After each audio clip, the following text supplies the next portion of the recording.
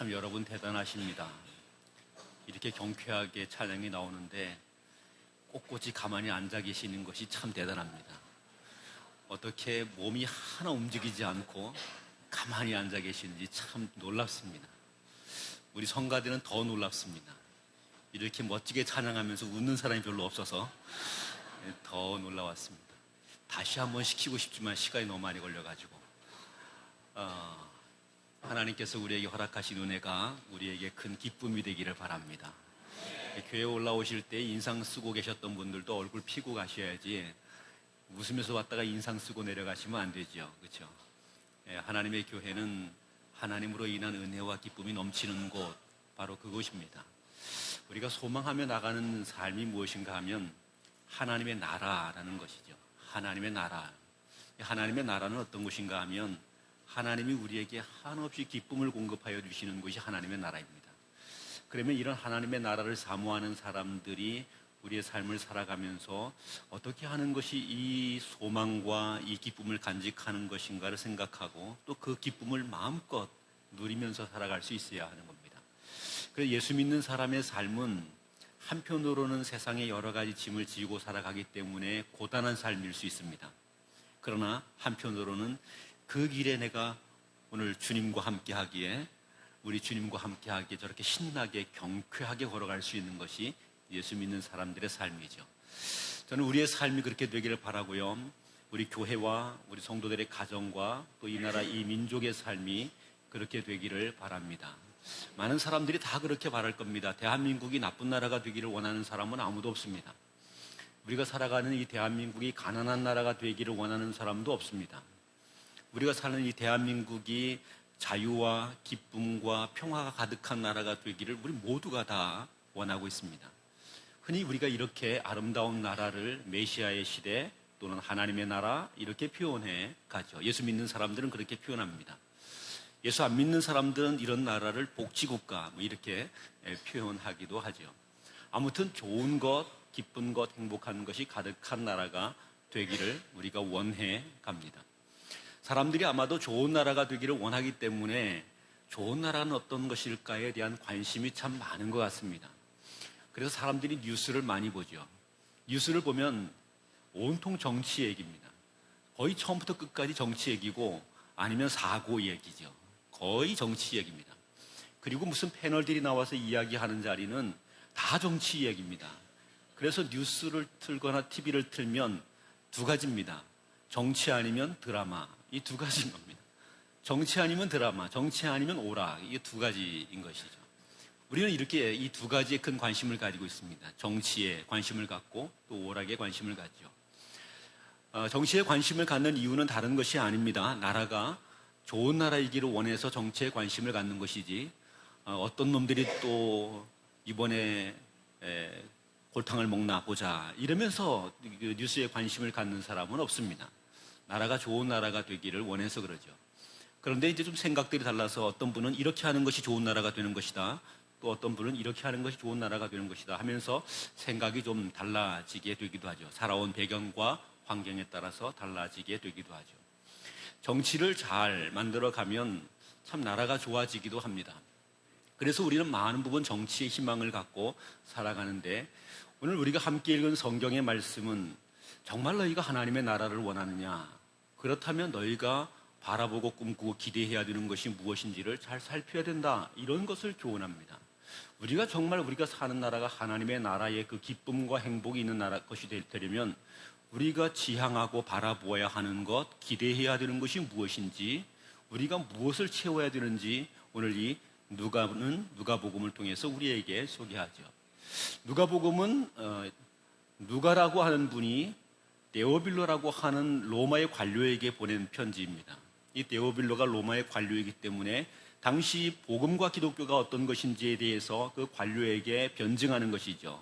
복음과 기독교는 나쁜 것이 아니다, 좋은 것이다, 귀한 것이다 하는 것을 변증하는 것이고, 동시에 이 데오빌로를 권할 뿐만 아니라 그도 너도 예수를 믿고 복음을 통해서 정말 좋은 하나님의 나라가 무엇인지를 한번 찾아라 이렇게 이야기하는 것이기도 하죠.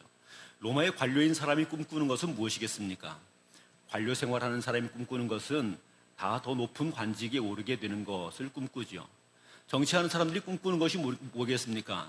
내가 정치하면서 구의원 한 번 하고 내가 정치 끝내겠다, 이런 분들은 없습니다. 정치하는 분들은 나도 한번 대통령 해볼까 이러면서 정치하죠. 더 높은 정치의 목표를 가지고 나아가죠. 데오빌로도 아마 그랬을 것입니다. 어떻게 하면 더 높은 자리, 귀한 자리, 힘 있는 자리에 갈 것인가, 그리고 내 삶을 복되게 할 것인가, 이런 생각을 하면서 살아갔을 것입니다. 그런데 이렇게 살아가던 데오빌로에게 누가가 편지를 하면서 이 누가복음을 기록한 거죠. 오늘 3장 1절에 기록되어 있는 내용을 보면 이런 말을 합니다. 디베르 황제가 통치한 지 15해 곧 본디오 빌라도가 유대 총독으로, 헤롯이 갈릴리의 분봉왕으로, 그 동생 빌립이 이두레와 드라고니 지방의 분봉왕으로, 루사니아가 아빌레네의 분봉왕으로, 안나스와 가야바가 대제사장으로 있을 때, 이렇게 말합니다. 여기에 있는 이 이야기를 왜 했을까? 저는 가만히 한번 생각해 보죠. 굳이 복음을 이야기하는 사람이 무슨 누가 왕이었을 때, 누가 또 분봉왕이었을 때, 누가 대제사장이었을 때 이런 얘기를 굳이 할 필요가 없죠. 예수 믿으라 그러면 되는 건데 뭘 이런 복잡한 이야기를 합니까? 그런데 지금 누가가 데오빌로에게 편지하게 될 때에 이 정치적인 상황을 이야기하고 있죠. 디베리오라고 하는 분이 황제로 지금 로마 제국 전체를 다스리고 있고, 그의 통치 밑에 유대 지방에는 빌라도라는 사람 총독으로 와 있고, 그리고 갈릴리 지방에는 헤롯이라는 사람이 있고, 또 그의 동생 빌립이라는 분이 어느 지방에, 루사니아라는 사람은 어느 지방에, 이런 부분에서 각각의 통치를 하고 있던 그런 때다.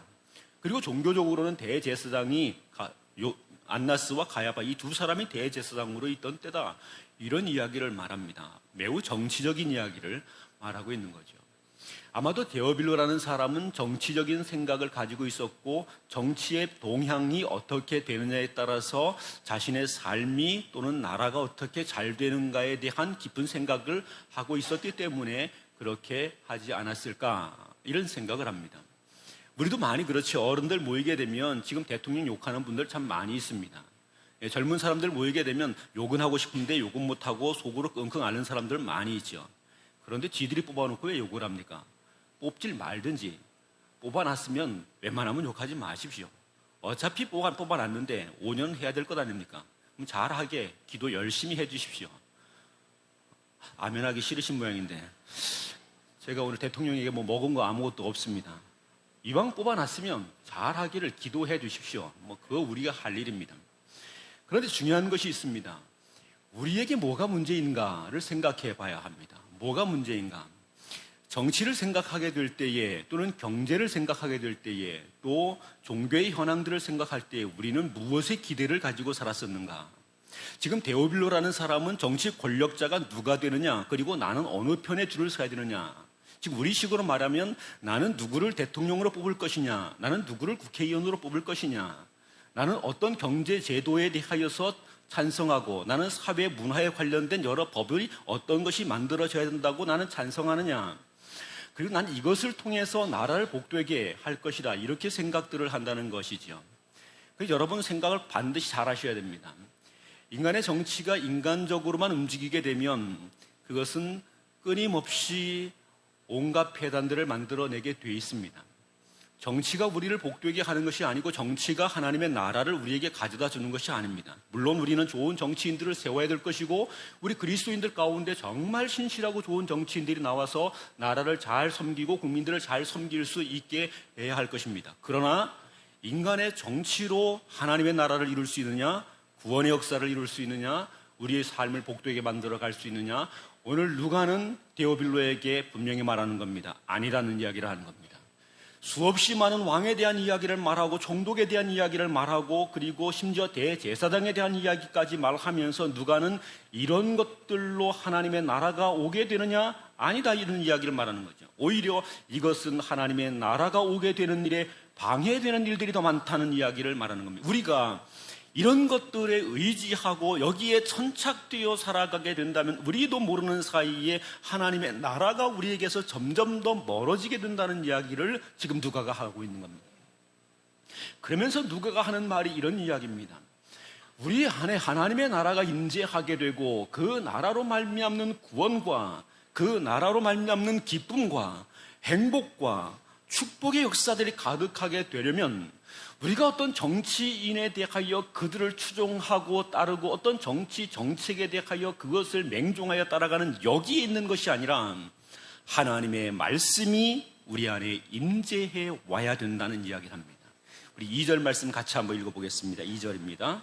같이 읽습니다. 시작.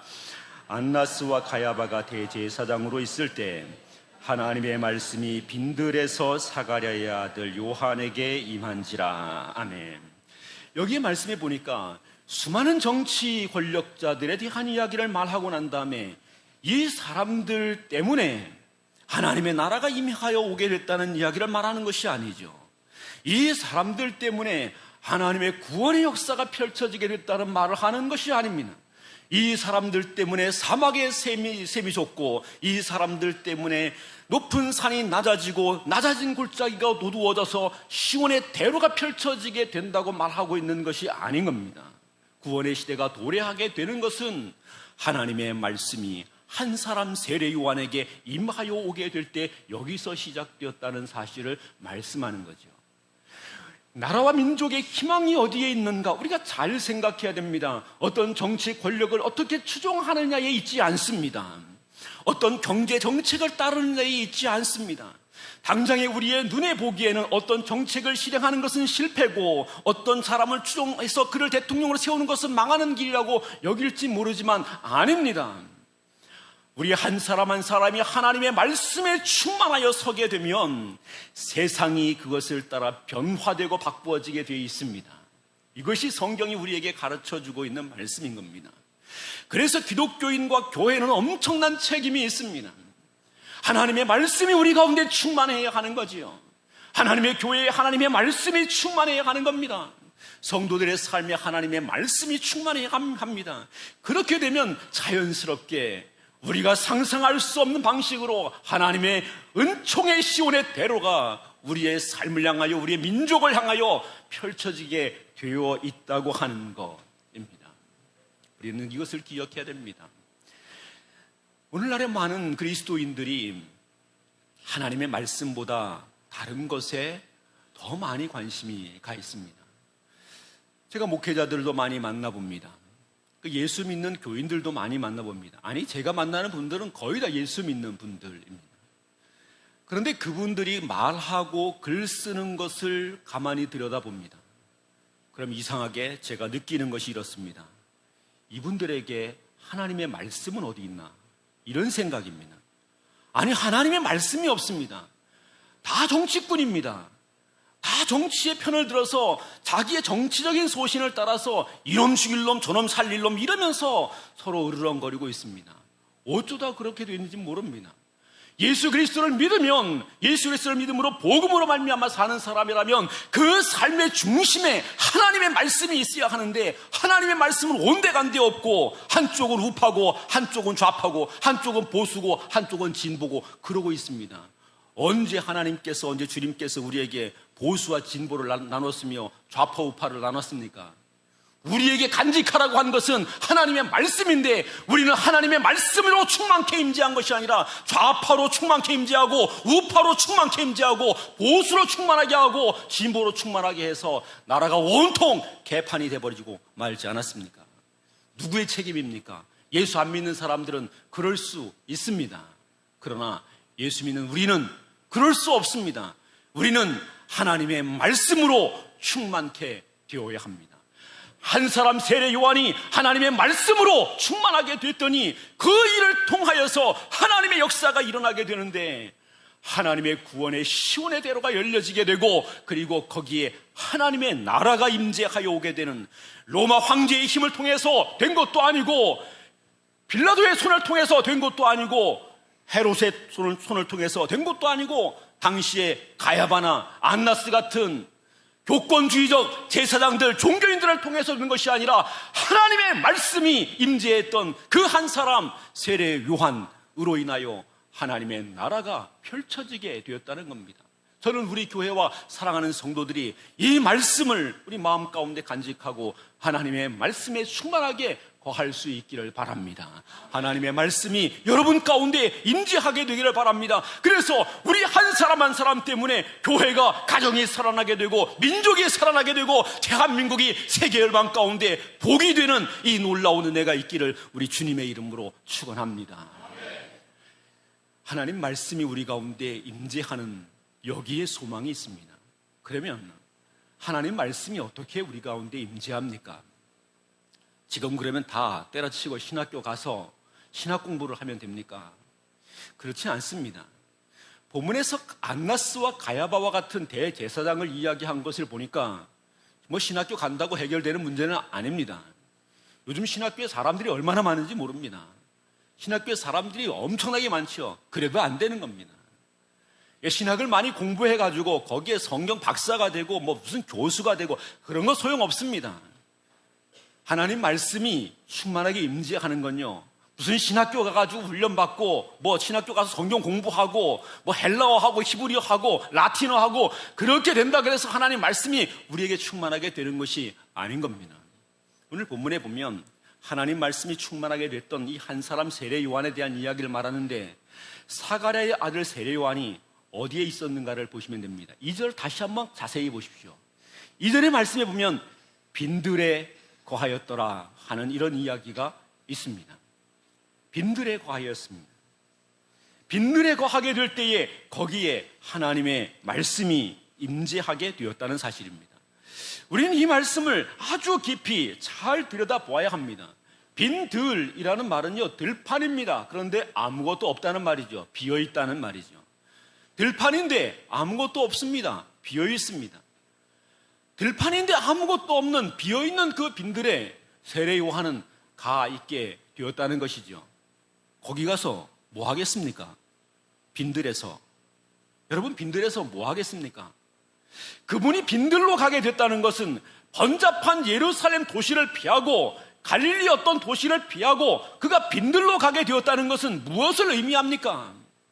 세상에 분주한 것, 세상에 요란한 것, 세상적인 것, 세상의 욕심에 붙들린 것, 세상의 야망에 붙들려 있는 것, 이런 것 다 내려놓고 오직 빈 마음으로 하나님을 구하고 하나님의 은혜를 찾는 자가 되어 있다는 말이 아니겠습니까? 우리 예수님에 대한 이야기를 말할 때도 성경은 이렇게 기록합니다. 따로 한적한 곳에 가셔서 아버지께 기도하시는 분이셨다고 이야기합니다. 예수님은 참으로 바쁘신 분이었습니다. 갈릴리 지방을 다니시게 될 때에 수많은 사람들이 그의 뒤를 따라왔습니다. 예수님이 가는 곳이면 어디든지 사람들이 북적북적 거렸습니다. 심지어는 사람들이 예수님을 왕으로 삼기 위해서 추대하게 되기도 했습니다. 그런데 예수님은 이 모든 것을 뒤로 하고 따로 한적한 곳에 가셔서 기도하셨다는 겁니다. 사람들의 인기도 외면했습니다. 사람들의 추종하여 따르는 것도 뒤로 했습니다. 사람들이 왕이 되라고 하는 이런 외침에 대하여서도 초연하셨습니다. 이 모든 것을 다 내려놓고 예수님은 하나님을 대면하는 자리에 가시게 됐다는 겁니다.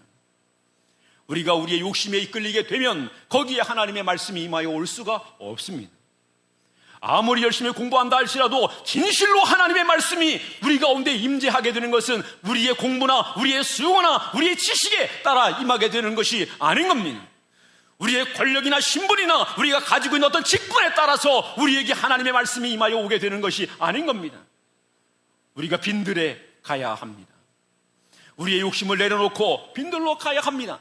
오직 하나님을 바라보는 그 빈들에 초연히 하나님과 대면하는 자리에 서는 자가 될 수 있어야 합니다. 그때 비로소 하나님의 말씀이 우리 가운데 충만히 임재하여 오게 되는 겁니다. 사도 바울은 참으로 대단한 사람이었습니다. 그는 세상의 야망이 엄청나게 컸던 사람입니다. 난지 8일 만에 할례를 받은 이 유대인의 가정이었습니다. 베냐민 지파의 사람이었습니다. 그는 바리새인 중에 바리새인이라고 불릴 수 있을 정도로 바리새인의 경건을 따라 행했던 사람이었습니다. 당대의 최고 명문의 랍비였던 가말리엘에게서 그는 수학했던 사람이었습니다. 최고의 랍비 가운데 하나입니다. 그 가운데서도 그는 탁월한 사람이었기 때문에 젊은 나이에 사내들인 공회의 회원이 될 수 있었습니다. 그뿐만 아니라 대제사장에게 신임을 받아서 전권을 가지고 예수 믿는 사람을 잡아 죽일 수 있을 정도로 큰 힘과 파워를 가지고 있었습니다. 지금으로 말하자면 당대에 출세한 인물이고 걸출한 인물이었습니다. 그런데 이 사도 바울이 예수 그리스도를 만나게 되면서 그는 완전히 달라졌습니다. 자신이 그전에 자랑하고 자신이 그전에 그렇게 꿈꾸었던 세상의 야망을 내려놓고 그는 이렇게 말합니다. 이 모든 것을 배설물로 여겼다고 이야기합니다. 그리고 나는 온전히 그리스도를 따르게 된다고 이야기합니다. 바로 이것이 우리가 가야 할 빈들입니다. 우리가 처해 있어야 할 빈들입니다. 세상의 야망으로 꿈틀거리는 사람 되지 말고, 세상의 욕망을 따라 살아가는 사람 되지 말고, 세상의 교훈을 따라 이리저리 흔들리는 사람 되지 말고, 오직 하나님을 바라봄으로 하나님 앞에 겸비하게 엎드려 주의 은총을 사모할 수 있는 사람, 기꺼이 우리 마음 가운데 더러운 탐욕과 욕심을 내어놓고 하나님의 은혜에 대한 간절함을 가질 수 있는 사람, 사슴이 시냇 물을 찾기에 갈급함같이 우리의 영혼이 하나님을 향하여 갈급하여 달려나갈 수 있는 그런 사람, 바로 그런 사람이 빈들에 서 있는 사람인 것입니다. 하나님은 이런 사람에게 하나님의 은혜를 더하여 주십니다. 이런 사람에게 하나님의 말씀으로 임재하여 주십니다. 대제사장이기 때문에 임재한 것이 아닙니다. 그가 목사이기 때문에, 그가 장로요 권사이기 때문에, 그가 교단의 총회장이고 노회장이기 때문에 하나님의 말씀이 그에게 임한 것이 아니었습니다. 하나님 앞에서 빈들을 찾아, 한적한 곳을 찾아 하나님만을 바라보며 그분의 은혜를 간절히 사모했을 때 그 한 사람에게 하나님은 하나님의 말씀으로 채우셨던 것입니다. 사랑하는 성도 여러분, 저는 우리 교회와 성도들이 하나님께 대하여 이러한 모습이기를 바랍니다. 우리가 놓치고 있던, 우리가 잃어버리고 있던, 아니 우리가 방치해뒀던 그 빈들로 달려갈 수 있기를 바랍니다. 하나님께 기도하는 빈들로 달려갈 수 있기를 바라고, 조용히 하나님과 교제하는 그 빈들로 달려갈 수 있기를 원하고, 세상의 염려 다 내려놓고 온전히 하나님의 은혜를 갈구하는 그 빈들로 나아갈 수 있게 되기를 바랍니다. 그래서 하나님의 말씀이 저와 여러분의 삶에 늘 충만하게 되기를 바랍니다. 이 말씀이 우리 가운데 임할 때 비로소 우리는 하나님의 나라를 만나게 되는 겁니다. 이 말씀이 우리 가운데 충만하게 임할 때 비로소 우리는 그 구원의 감격을 누리게 되는 겁니다. 오늘 본문이 말한 5절부터 6절까지 모든 골짜기가 메워지고 모든 산, 작은 산이 낮아지고 굽은 것이 곧아지고 험한 길이 평지가 되며 모든 육체가 하나님의 구원을 보게 되는 이 놀라운 은혜가 우리 가운데 있게 되는 겁니다. 저는 우리 교회가 이런 은혜를 누릴 수 있게 되기를 바랍니다. 그런데 오늘 이 본문에서 또 중요한 이야기를 한 가지 더 하고 있다는 사실입니다. 우리는 그것을 주목해 보아야 합니다. 빈들에서 하나님의 말씀을 경험하게 된 이 세례 요한은 무엇을 하게 되었는가 하는 일입니다. 그는 분명히 빈들에서 하나님의 말씀을 경험하게 되었을 때에 그는 놀랍게도 그 하나님의 말씀을 통하여 세상의 어떤 사람도 알지 못하는 구원의 기쁨과 감격을 얻게 됐을 겁니다. 그러면 그는 기뻐하며 감사하며 찬양하는 자가 되었을 것입니다. 그런데 오늘 본문은 그런 이야기 하나도 하지 않습니다. 그런 이야기 하지 않습니다. 하나님의 말씀이 세례 요한에게 임하게 됐을 때에 세례 요한은 그때부터 요단 강가로 갑니다. 그리고 거기에서 하나님의 말씀을 외치기를 시작합니다. 성경은 이렇게 이야기했습니다. 회개의 세례를 전파한다, 이렇게 말합니다. 회개의 세례를 전파하게 된 것입니다. 그런데 이와 같이 세례 요한이 회개의 세례를 전파한다고 말하게 될 때에 이 회개의 세례를 전파하게 된다는 이 내용을 누가는 이사야 선지자의 글을 빌어와서 이렇게 표현합니다. 광야에 외치는 소리가 있었다고 말합니다. 세례 요한의 행위를 가리켜서 광야에 외치는 소리라고 말하는 거죠. 그는 하나님께로부터 하나님의 말씀을 받게 되며 하나님의 놀라우신 은혜를 체험하게 됐을 때에 그는 그 은혜를 가지고 기꺼이 광야의 소리가 되었다는 겁니다. 우리가 예수를 믿어 구원함을 얻게 된 이것은 또 한편의 책임과 사명을 수반한다는 이야기를 본문은 가르쳐주고 있는 거죠. 내가 예수 그리스도를 믿어 구원함을 얻게 됐으면 내가 그 구원함을 얻게 된 것을 인하여 나 기뻐하고 나 즐거워하고 내가 만족하는 것, 이것으로 끝내는 것이 아닌 겁니다.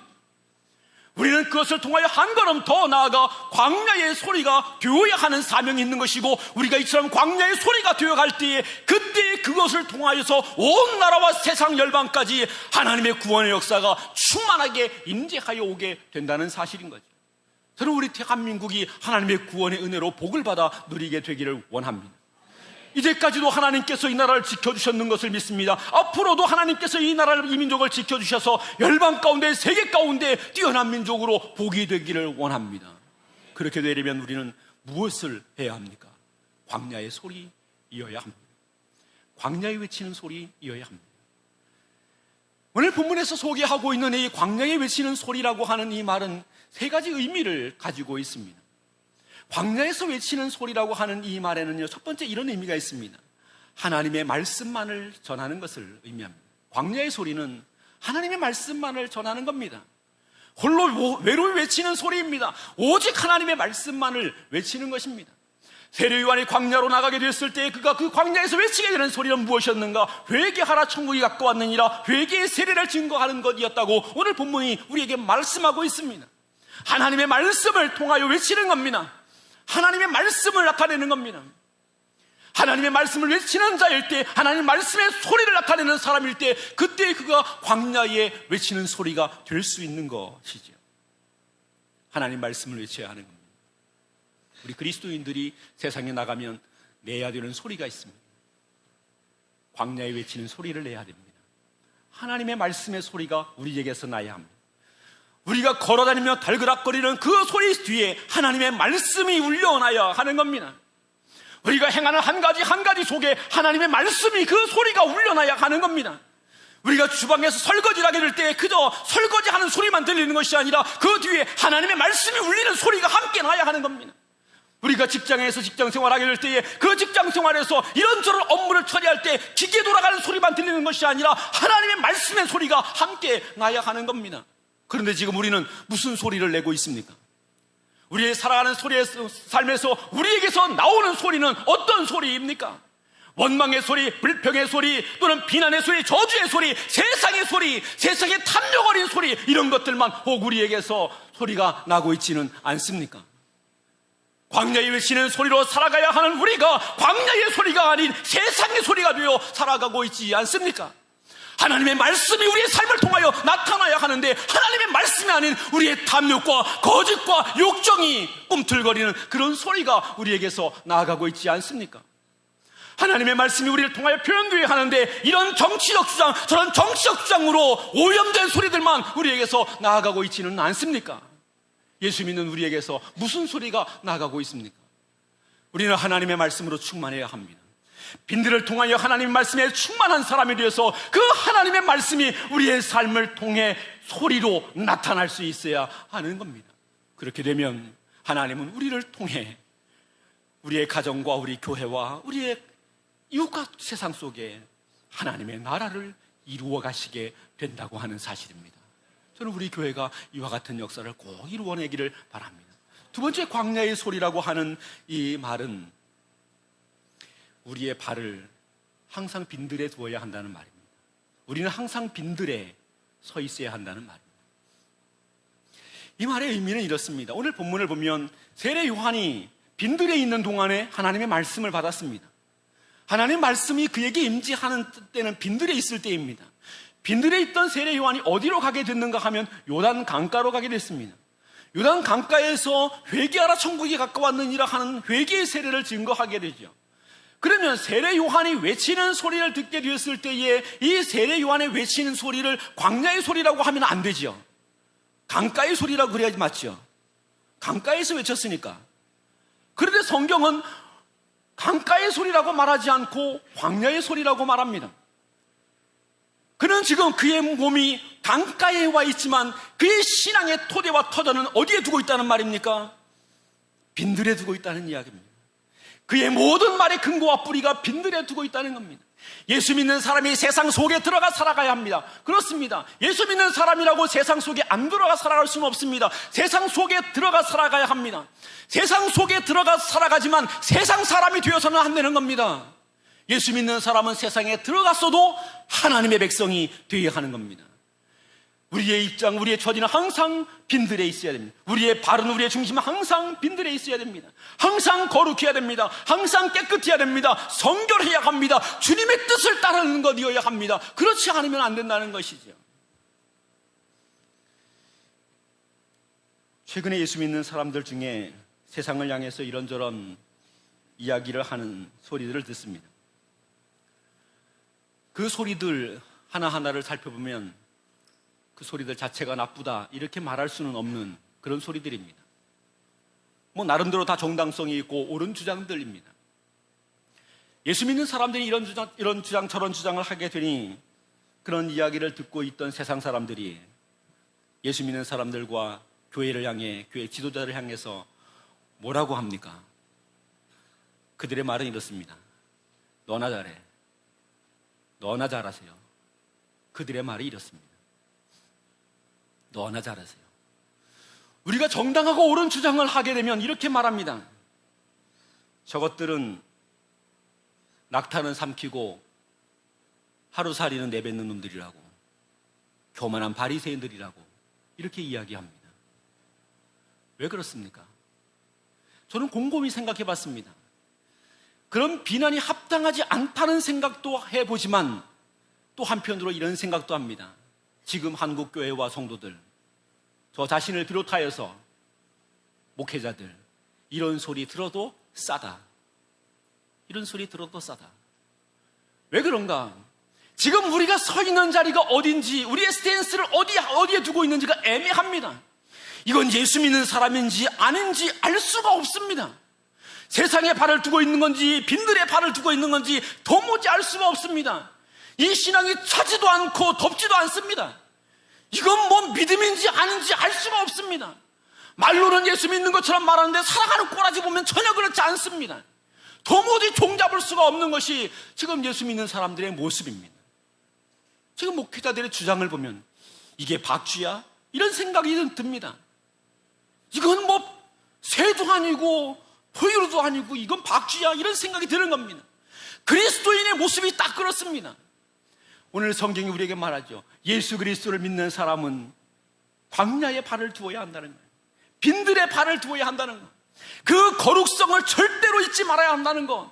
어떤 순간에도 그 거룩성에 흠집이 나게 하거나 그 거룩성이 훼손되게 살아가지 말아야 한다는 겁니다. 깨끗하게 성결하게 하나님 앞에 부끄러움이 없는 모습으로 살아갈 수 있어야 한다는 겁니다. 그렇게 될 때에 우리를 통하여 들려지게 되는 소리가 광야의 소리가 되는 겁니다. 사랑하는 성도 여러분, 지금 우리 예수 믿는 사람이 정말 똑바로 살아야 하는 때입니다. 정말 똑바로 살아야 하는 때입니다. 그 어느 때보다도 우리는 더욱더 예수 그리스도를 믿는 믿음에 더 견고하게 서 있어야 합니다. 예수 그리스도를 믿는 사람이기에 더욱 거룩한 자리에 서 있어야 합니다. 세상에 어느 누구가 우리를 아무리 유심히 살핀다 할지라도 우리에게서 흠잡을 것이 없다고 할 만큼 깨끗하고 성결하게 살아가야 합니다. 그리고 그것을 통해 우리의 삶을 통해 광야의 소리가 울려 퍼지게 할 수 있어야 합니다. 그때 하나님은 이 일을 통해 하나님의 역사를 이루시게 되는 겁니다. 우리 가운데 하나님의 나라를 허락해 주시는 겁니다. 하나님의 평강의 복을 주시게 되는 겁니다. 세 번째로 광야에 외치는 소리는 이런 겁니다. 듣는 사람이 없어도, 아니 아무도 들으려 하지 않아도 목 놓아 외치는 소리인 겁니다. 아무도 안 들어도 목 놓아 외치는 소리입니다. 지금 우리는 복음을 전하지 않습니다. 언제부턴가 우리도 모르는 사이에 복음에 대하여 함구령이 내려져 있는 것 같습니다. 점점 우리가 살아가는 세대는 복음을 전하기가 힘들어지는 시대가 다가오게 될 것입니다. 이미 여러 학자들이 전망하고 있는 바에 의하면 얼마 되지 않아서 복음에 대하여 자유롭게 전할 수 없는 시대가 오게 된다는 말들을 하곤 합니다. 분명히 그렇게 되는 날이 오게 될 것입니다. 그러나 오늘 성경이 우리에게 가르쳐주는 것은 이런 겁니다. 우리의 삶에 어떠한 고난과 역경이 다가오게 된다 할지라도, 심지어는 우리의 생명을 내어놓아야 하는 순간이 다가오게 된다 할지라도 우리는 복음을 목 놓아 외치는 사람이 되어야 한다는 것. 어느 누구도 듣지 않아도 우리는 복음을 목놓아 외치는 사람이 되어야 한다는 겁니다. 우리의 사랑하는 자녀들 듣지 않아도 복음을 목놓아 이들에게 외쳐야 합니다. 우리 민족이 복음의 소리를 듣지 않아도 우리는 이 시대를 향하여 목놓아 복음을 외쳐야 하는 겁니다. 왜요? 이 복음 속에 하나님의 구원의 길이 있기 때문에 그러합니다. 이 복음 속에 우리를 살리며 민족을 살리는 길이 여기에 있기 때문에 그러합니다. 우리의 신앙의 선배들이 그러했습니다. 본문의 세례 요한은 어떠했습니까? 그는 광야에 외치는 소리로 목놓아 복음을 외쳤습니다. 물론 그를 추종하는 사람, 따르며 복음을 순종하는 사람들도 있었지만 그렇지 않은 사람들도 수없이 많이 있었습니다. 급기야 그는 헤롯의 칼에 죽임을 당하게 되는 순교의 제물이 되었습니다. 그는 죽기까지 복음을 목놓아 외치는 사람이었습니다. 그리고 이와 같은 세례 요한을 통해 그리스도의 나라가 이 땅에 임하게 되어진다고 하는 사실, 오늘 성경은 그것을 우리에게 말씀하고 있는 겁니다. 우리가 하나님의 복음을 전하지 아니하며 하나님의 말씀을 외치지 아니하면 사람들이 듣지 아니한다 하여, 사람들이 외면한다 하여서, 또는 사람들이 싫어한다 하여서 복음을 중단하게 되면 그때부터 하나님의 나라는 문이 닫히게 되는 것이고 그 길은 막혀가게 되는 것일 뿐입니다. 오늘 주님은 우리에게 사명을 주고 있습니다. 그리고 우리에게 묻습니다. 너는 지금 어떤 소리를 내고 있느냐? 나는 너에게 하나님의 말씀으로 충만하게 하며 그 하나님의 말씀을 인하여서 이 말씀을 전하는 광야의 소리가 되기를 원하는데 너는 지금 어떤 소리가 되어지고 있느냐?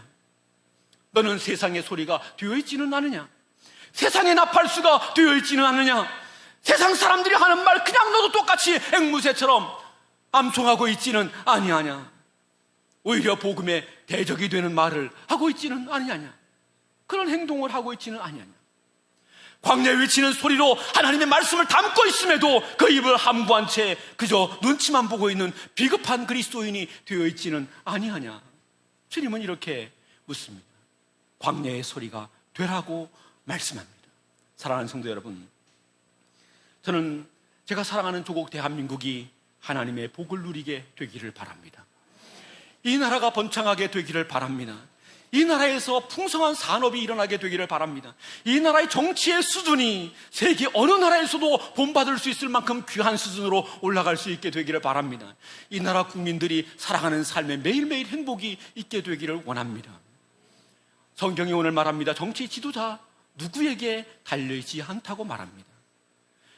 보잘것없는 사람이라 할지라도 하나님의 말씀에 충만하게 되는 한 사람, 하나님의 말씀이 임하여 오게 되는 한 사람, 그 사람이 있으면 된다고 말합니다. 저는 우리 교회 성도들이 바로 그 한 사람이 될 수 있기를 소원합니다. 이 말씀이 풍성하기를 위해 빈들러 갑시다. 빈들레 우리의 거룩함의 자리를 두고 이제 그곳을 통하여 광야에 외치는 소리가 될 수 있기를 바랍니다. 우리의 삶을 통하여 거룩한 하나님의 말씀을 외칠 수 있게 되기를 바랍니다. 그래서 우리의 가족이 구원받고 우리의 교회가 행복하고 이 땅 가운데 하나님의 나라가 임하여 오게 되는 이 놀라운 축복이 있기를 우리 주님의 이름으로 축원합니다. 기도하겠습니다.